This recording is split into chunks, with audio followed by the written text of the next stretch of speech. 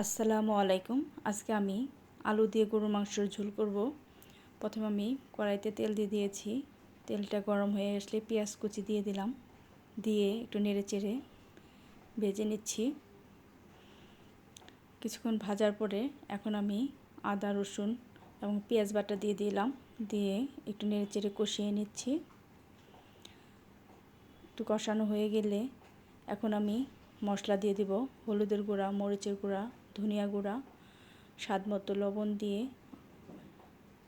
আরও একটু পানি দিয়ে নিচ্ছি। সামান্য একটু মশলাটা এখন ভালো করে কষিয়ে নিব।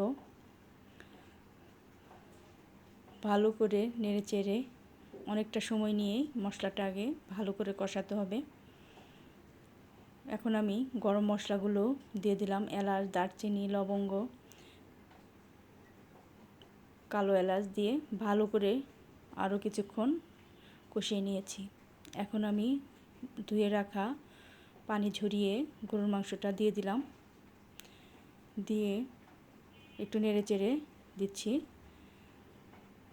একটু ভালো করে নেড়েচেড়ে দিতে হবে। দিয়ে এখন আমি ঢাকনা দিয়ে কিছুক্ষণ ঢেকে রাখবো। কিছুক্ষণ পর ঢাকনা খুলে এর ভিতরে আমি আরও একটু সময় নিয়ে আমি যেটা দেখানো হয়নি কষিয়ে নিয়েছি। আরও একটু ভালো করে নেড়েচেড়ে আরও কষিয়ে নিলাম। আবারও কিছুক্ষণ ঢেকে রাখছি। কিছুক্ষণ পর ঢাকনা খুলে আবারও একটু দিব। এখন আমি কয়েকটা আলু দিব। সেই আলুটাই ধুয়ে পরিষ্কার করে রেখেছিলাম, সেটা দিয়ে দিলাম। দিয়ে আলুর সাথে আরও কিছুক্ষণ মাংসটা কষিয়ে নেব।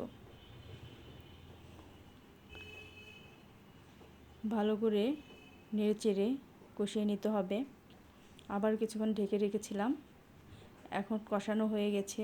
এখন আমি ঝোলের জন্য পরিমাণ মতো পানি দিয়ে দিচ্ছি। পানি দিয়ে ভালো করে নেড়েচেড়ে দিব, দিয়ে আবারও ঢেকে দিব। কিছুক্ষণ পর ঢাকনা খুলে আবারও ভালো করে নেড়ে নিচ্ছি।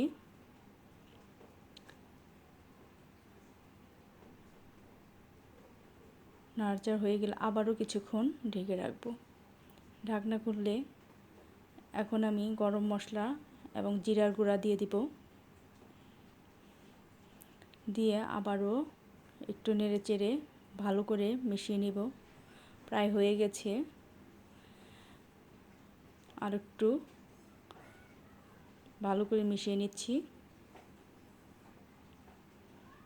আবারও কিছুক্ষণ একটু ঢেকে রাখবো। এভাবেই হয়ে গেল আলু দিয়ে গরুর মাংস।